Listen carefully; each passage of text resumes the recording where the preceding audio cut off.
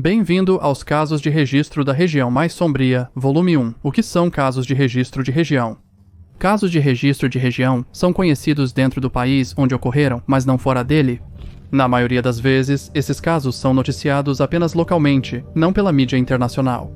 Como estrangeiro, você raramente ouve falar disso. Neste formato, tentarei compilar casos de registro de região de todo o mundo. Alguns podem ser familiares para você, mas outros serão desconhecidos, começando com Nikos Doris.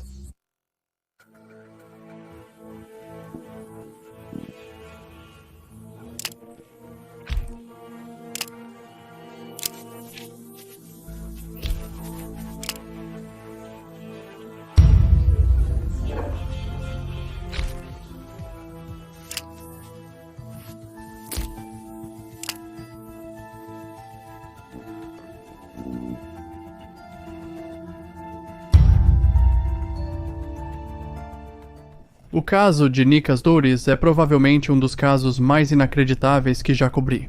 Tem muitas reviravoltas na trama, e ainda não temos certeza se quem foi pego é realmente o culpado. Este é considerado um dos crimes mais torcidos da história da Grécia. O culpado fez várias aparições na televisão durante a investigação do caso, enquanto o país ainda estava chocado com o incidente. Na véspera de Ano Novo de 1993, Nikos Doris, de 6 anos, desapareceu repentinamente. A família do menino, preocupada, foi rapidamente à delegacia denunciar o ocorrido.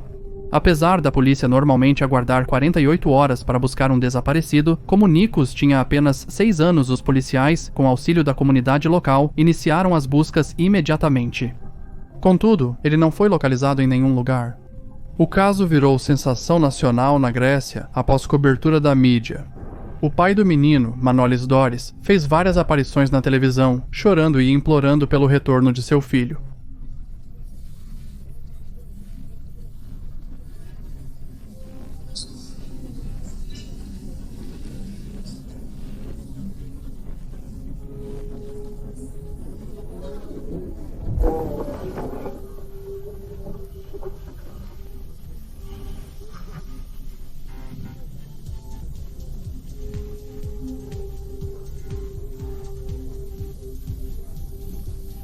Apesar dos esforços da polícia, eles não conseguiram encontrar Nikos até Manolis descobrir o corpo sem vida do jovem menino.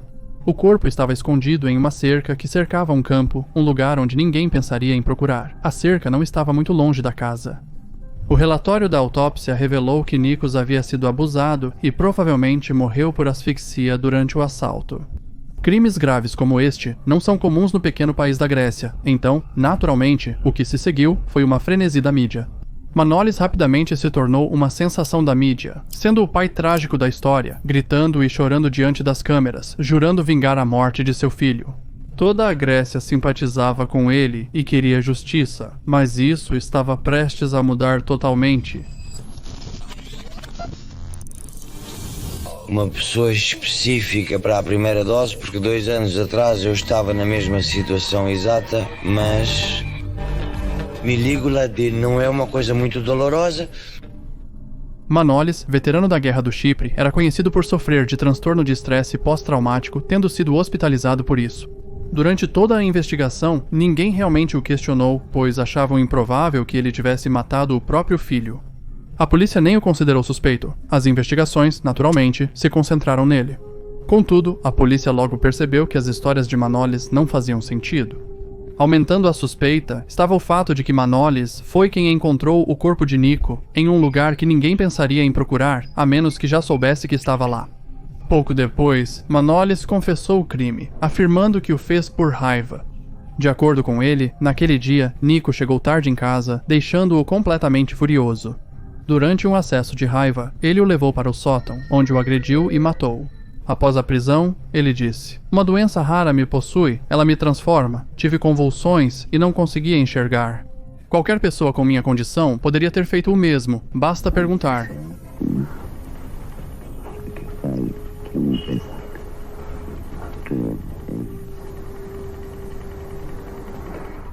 Isso indignou o público. As pessoas começaram a protestar, exigindo que ele fosse condenado à pena de morte, embora isso não fosse permitido na Grécia naquela época. O julgamento dele foi um dos mais mediatizados da história da Grécia. Como nenhum advogado queria assumir seu caso, ele foi designado a um defensor público, mas isso não foi o fim. Durante o julgamento, Manolis alegou ser inocente e culpou sua esposa e seu suposto amante pela morte de seu filho. Havia também evidências de que os cabelos encontrados no corpo do jovem não combinavam com os de Manolis, sugerindo que quem agrediu Nikos não foi ele. É possível que, devido à pressão da mídia, a polícia tenha forçado Manolis a confessar falsamente o crime que nunca cometeu para encerrar o caso rapidamente. Seus problemas mentais podem tê-lo tornado ainda mais vulnerável a essa pressão. Embora o advogado tenha solicitado uma avaliação psiquiátrica durante o julgamento, isso não ocorreu. A esposa, a quem ele tentou culpar no julgamento, e seu filho mais velho ainda insistem que ele era inocente. Segundo eles, o culpado era um conhecido predador de crianças na área, que era rico e intocável pela polícia. Por causa disso, eles queriam colocar a culpa em alguém o mais rápido possível, e o pai era um alvo fácil. Ela também disse que o detetive particular que encontrou evidências sobre o assassinato do menino foi achado morto em seu apartamento em 2005. A polícia afirmou que foi um roubo que deu errado, mas nunca forneceu evidências para apoiar suas alegações sobre o responsável. Quando Manolis foi preso, os detentos da cadeia local começaram a protestar, exigindo que ele não fosse encarcerado com eles. Ele foi transferido para uma prisão de segurança máxima, onde sofreu espancamentos brutais, linchamento e agressões contínuas. Na prisão, os detentos tentavam se vingar pela morte do menino e o atormentavam todos os dias. Ele foi transferido várias vezes, e 2 anos após a morte do filho, foi encontrado enforcado em uma cela com um cabo de televisão. Se ele fez isso para evitar a tortura diária, ou por culpa, ou alguém tirou sua vida, permanece desconhecido.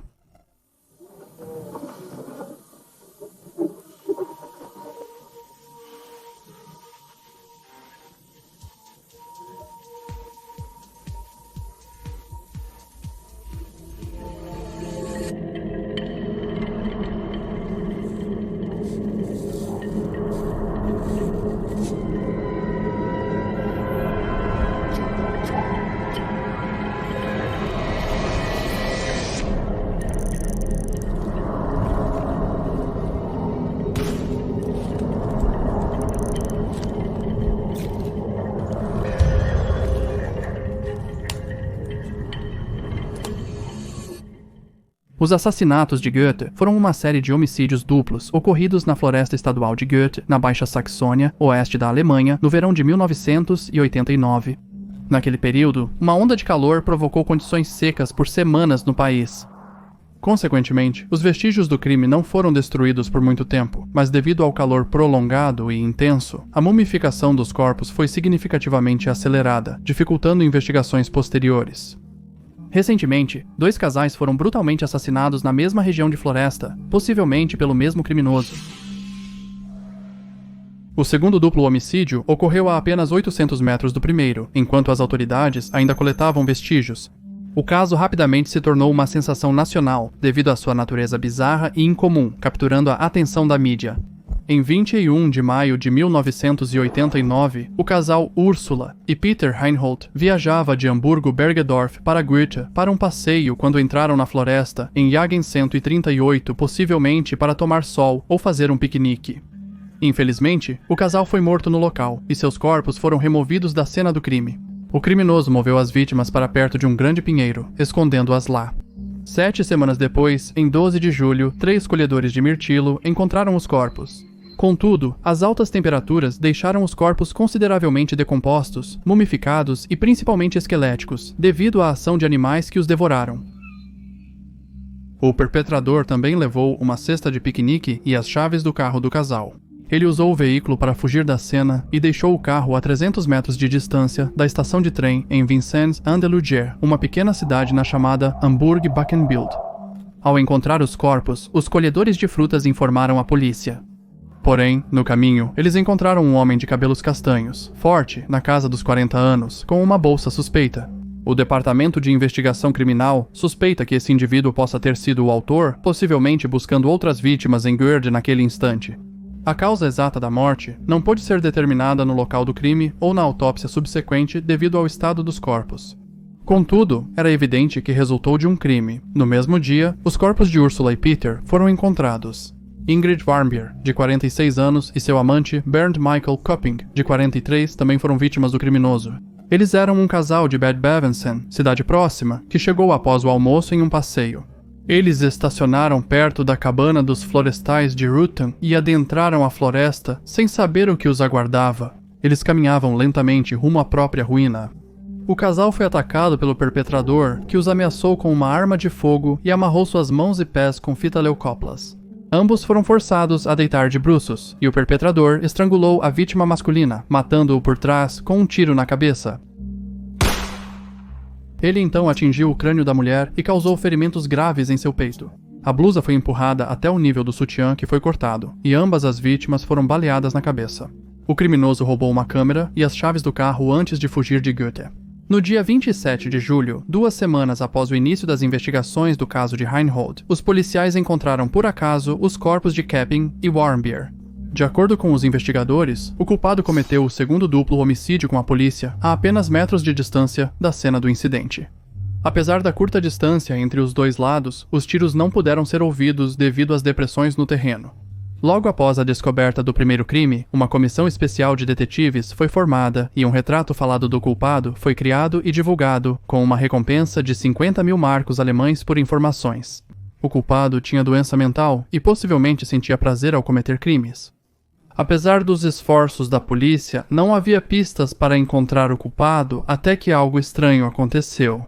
Em junho de 2008, no país de Gales, ocorreu um duplo homicídio semelhante. Sean Cooper, 64 anos, foi preso em maio de 2009 pelo crime.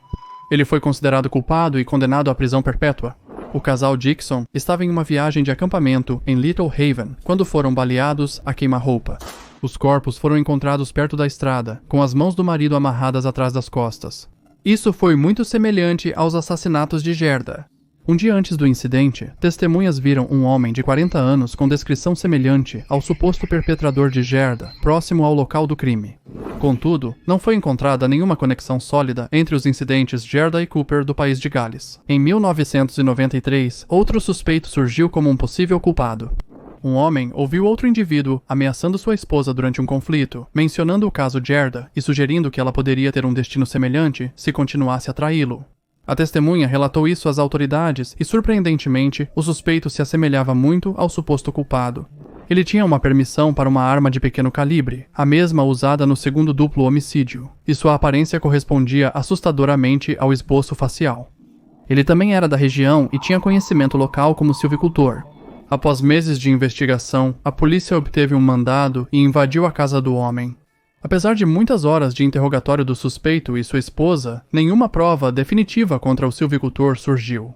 A comissão especial foi dissolvida, pois não encontraram o culpado. Além disso, em 2014, as autoridades anunciaram que o caso não seria reaberto, deixando-o sem solução até hoje.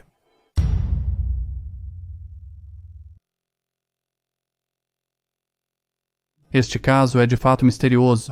Em 20 de junho de 2006, Frauke Liebs, uma estudante de enfermagem alemã de 20 anos, desapareceu misteriosamente. Depois de seu sumiço repentino, ligações estranhas foram feitas de seu celular para a família, com Frauke agindo de forma errática. O que se segue é um caso que é considerado um dos crimes mais torcidos e brutais na história da Alemanha. No dia em que desapareceu, Frauke jantou com sua mãe e colega de quarto em um restaurante. Nada parecia estranho até que, de repente, durante a refeição, seu telefone tocou. Ela recebeu uma mensagem de um amigo que iria encontrá-la em um pub irlandês no centro de Paderborn para assistir a um jogo da Copa do Mundo de 2006 com outros amigos. Após o jantar, sua mãe e colega de quarto a levaram para o pub, onde ela chegou por volta das 9 da noite. Durante o jogo Suécia x Inglaterra, ela trocou mensagens com um conhecido até a bateria do celular acabar. Ela pegou emprestada e depois devolveu uma bateria de um amigo. Após o término da partida por volta das 23, a Frauke saiu sozinha do pub e possivelmente caminhou os 1,2 quilômetros até sua casa, pois tinha apenas cerca de 5 euros nos bolsos. Surpreendentemente, ela nunca voltou para o seu apartamento. Por volta da 1 da manhã, seu colega de quarto recebeu uma mensagem estranha de Frauke, indicando que ela se atrasaria. No dia 21 de junho, Frauke Liebs não apareceu para trabalhar e não foi encontrada em seu apartamento. Sua mãe a reportou como desaparecida naquele dia. Depois disso, começou uma série de ligações bizarras, todas aparentemente feitas pela própria Frauke de seu celular. Porém, devido à natureza extremamente estranha das ligações, ninguém entendeu exatamente o que ocorria. De 22 a 25 de junho, Frauke fez curtas ligações diárias para sua colega de quarto durante 4 dias. As ligações, normalmente com menos de 1 minuto, aconteciam à noite, com exceção de uma à tarde. Após uma ligação, o irmão de Frauke conseguiu ligar para ela brevemente. Durante as ligações, Frauke fornecia poucas informações, insinuando vagamente seu retorno, mas frequentemente dando respostas absurdas ou enigmáticas. No dia 26 de junho, não houve ligação. Um silêncio repentino que foi quebrado pela quinta e última ligação no dia 27 de junho, às 23h29. Desta vez, a ligação durou mais de 5 minutos. Clark falou com sua colega de quarto e irmã via viva voz, inicialmente sussurrando sim quando perguntada se estava sendo mantida contra sua vontade, mas depois negando em voz alta. Depois desse telefonema, todo contato com ela foi interrompido abruptamente. Investigações mostraram que seu telefone foi localizado em parques industriais de Paderborn durante esses cultos. Em 4 de outubro de 2006, quase 2 meses após o desaparecimento repentino de Frauke, um caçador encontrou seu corpo sem vida a cerca de 15 quilômetros de Paderborn, escondido atrás de um tronco de árvore sob moitas. Devido ao estado de decomposição avançada e esquelético do corpo, não foi possível determinar a causa exata da morte. Frauke foi encontrada com as roupas do dia de seu desaparecimento, jeans azul, blusa vermelha e tênis brancos. No entanto, seu celular, bolsa preta, carteira e relógio não foram encontrados. Exames forenses sugeriram que o local onde o corpo foi encontrado não era a cena do crime, pois não foram encontrados rastros de pneus, impressões digitais ou vestígios de DNA. A autópsia também indicou que Frauke Liebs morreu no máximo poucos dias após sua última ligação. Após o corpo ser encontrado, a polícia iniciou buscas na área por pistas, trabalhando com 700 pistas e interrogando mais de 1.000 pessoas, incluindo mais de 100 que tiveram contato online com Frauke Liebs. Apesar dos esforços e da recompensa de 7.500 euros por informações sobre os perpetradores, o caso permanece sem solução. Continuam incomodando. Também foram mostrados vídeos nos quais se referem que Luz Raquel manipulou as câmeras de vigilância do seu prédio, onde posteriormente apareceram pichações com ameaças que ele denunciou. Luz Raquel Padilha, mãe dedicada, cuidava do seu filho de 11 anos com autismo severo que necessitava de atenção integral. Em 16 de julho de 2022, ela foi brutalmente agredida perto de sua residência quando agressores, supostamente liderados por seu ex-parceiro, jogaram álcool em seu corpo e a incendiaram. Os vídeos também mostraram que Luz Raquel manipulou as câmeras de vigilância do seu prédio, onde então apareceram as ameaças e atearam fogo. Até aquele momento, a mulher não contava com o apoio do programa Pulso de Vida, proteção para mulheres em situação de risco em Zapopan. O brutal ataque, resultando em queimaduras em 90% do corpo, tirou tragicamente a vida de Luz. Testemunhas relataram a cena horrível de 3 homens e uma mulher agredindo Luz em um parque antes de fugir. Antes do ataque, Luz havia documentado receber várias ameaças de um vizinho perturbado pelos ruídos de seu filho. Ela postou sobre isso online e relatou diversas vezes às autoridades pedindo proteção. Apesar de seus esforços, nenhuma ação foi tomada, deixando Luz vulnerável à brutal violência. Não fiquem calados.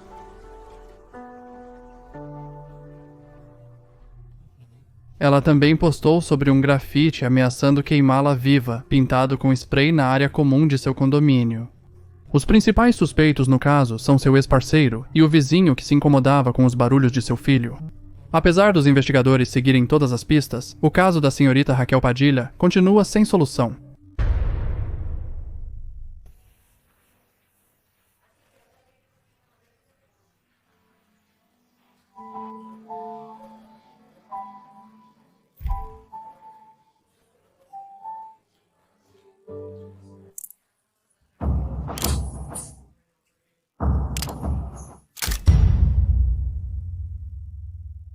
Foi na noite de 2 de maio de 2018. Um rico empresário de Jaipur chamado Vivan Kohli estava a caminho de encontrar seu encontro do Tinder, Priya Seth. Priya aguardava Vivan em um apartamento alugado. Porém, sem que ela soubesse, a pessoa que estava vindo encontrá-la não era um empresário e nem se chamava Vivan. O homem por trás do pseudônimo falso, Vivan Kohli, era na verdade Dashi e Sharma, um homem casado de 28 anos vivendo uma vida dupla. Em casa, ele era visto como um homem de família dedicado e responsável. Online, sua persona era completamente diferente. Ele fingia ser um empresário rico para atrair mulheres para encontros, buscando fugir de sua vida monótona. Horas depois, Rameshwaran Sharma, pai de Dashian, recebeu uma ligação em seu telefone. Dashian chorava e implorava por 1 milhão de rúpias indianas, dizendo que seria morto se não recebesse o dinheiro. O pai, na esperança de salvar seu filho, conseguiu transferir 300 mil rúpias indianas, quase 1/3 da demanda, para sua conta bancária. Contudo, era tarde demais. Em 4 de maio, 2 dias após o incidente, o cadáver de Daxian Sharma foi achado em uma mala, abandonado nos arredores de uma aldeia próxima a Jaipur. Daxian usou um pseudônimo falso no Tinder pensando ser algo simples, mas seu encontro tinha outras intenções. Priya Seth tinha um histórico de crimes, como administrar um site falso de acompanhantes para extorquir grandes quantias de empresários ricos. Ela morava com Dikshan Kamre, com quem ela tinha um relacionamento, e Lakshya Walia, um amigo regular. Juntos, eles fizeram um plano para sequestrar e extorquir dinheiro de Dashiant, que eles consideravam um empresário rico. Priya e ele desenvolveram um relacionamento ao longo de 3 meses antes de decidirem se encontrar pessoalmente. Assim que Dashiant entrou no lugar de Priya, ele foi emboscado por ela, Dikshant e Lakshya. Eles o ameaçaram e exigiram um resgate de sua família. Após receber a exigência do resgate, o pai de Dashiant se esforçou para levantar o máximo de dinheiro possível, transferindo 300 mil rúpias indianas na esperança de salvar seu filho. No entanto, sem o seu conhecimento, Dashiant já estava morto. O trio percebeu que Dashiant não era o milionário que ele fingia ser e, temendo que o crime viesse à tona, decidiu matá-lo. Inicialmente, Dixon tentou estrangular Dashiant, mas quando isso falhou, Luxia o sufocou com um travesseiro. Com seu último suspiro, Dashiant tentou lutar contra o trio, mas Luxia pediu uma faca e o esfaqueou. Em seguida, eles cortaram seu corpo em pedaços, colocaram-o em uma mala e jogaram ao lado da rodovia Delphi-Jaipur. Não disse. Ele foi encontrado no tender. Ele me enganou com um nome e identidade falsos, alegando ser muito rico. E eu estava morando com Diksha. Ela tinha uma dívida de cerca de 21 lakh e precisava de alguém que pudesse trazer dinheiro. Então planejamos juntos sequestrar alguém e pedir resgate, e então matá-lo. Não estava decidido com quem seria, o que aconteceria, mas quando conheci Dushyant, ele mentiu sobre si mesmo. Ele disse: então nós o sequestramos para pedir um resgate, mas depois descobrimos que ele não tinha nada. Você transferiu algum dinheiro para a conta de Tushan, mesmo assim você o matou. Você o matou antes de transferir o dinheiro? O caso veio à tona depois que a polícia recuperou o corpo de Dushyant no dia seguinte e, em 10 forças, eles prenderam Priya Seth, Dikshan Kamra e Lakshya Walia. Priya Seth, mentora do plano, confessou ter chantageado milhares de homens antes do sequestro e assassinato de Dushyant. A entrevista foi perturbadora, pois ela se manteve friamente distante, sem demonstrar remorso por suas ações.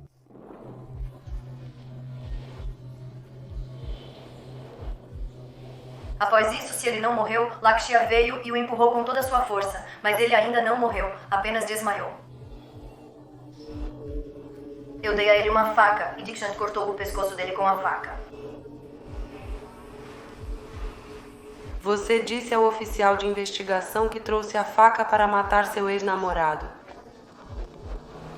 Eu não fiz isso. Trouxe a faca. Minha ex-namorado é uma pessoa ruim. Ele fez um caso falso contra mim.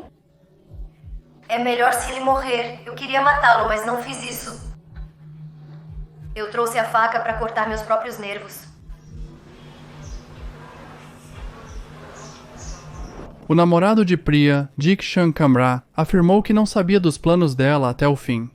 Ele pensou que apenas o assustariam e ameaçariam para obter o resgate, e depois o libertariam. Contudo, Priya planejou o sequestro e esfaqueou Dashiant.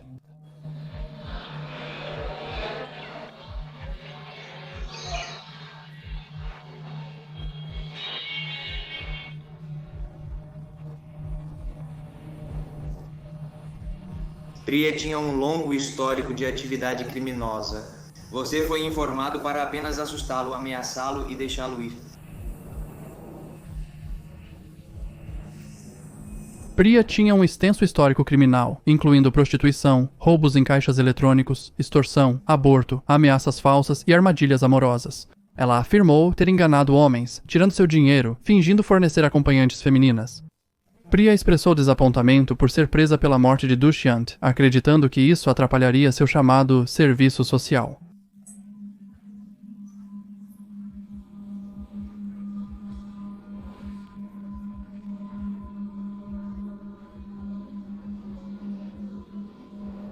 Não dizem isso, senhora. Você deve primeiro pesquisar a definição de exorcismo na internet por si mesma. Eles chamam garotas de programa, pagam por isso? Como você pode chamar isso de extorsão? Afinem a expressão. Eu não os chantageei. Então, os serviços que eles buscavam de você, você costumava cobrar deles? Sim, eles usaram. Eles deixavam as esposas em casa e vinham nos extorquir. Não posso usar palavras chulas, mas eles vinham para tirar nosso dinheiro. Costumávamos tentar pegar dinheiro deles, mas não nos davam. Então eu acho que eles costumavam nos tratar muito bem. Eu costumava trabalhar para eles. Meu trabalho parou.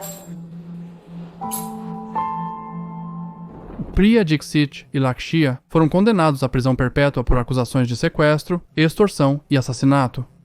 Isso conclui o episódio de hoje. Compartilhe sua opinião sobre leis regionais nos comentários abaixo. Use a tela final para assistir ao vídeo anterior.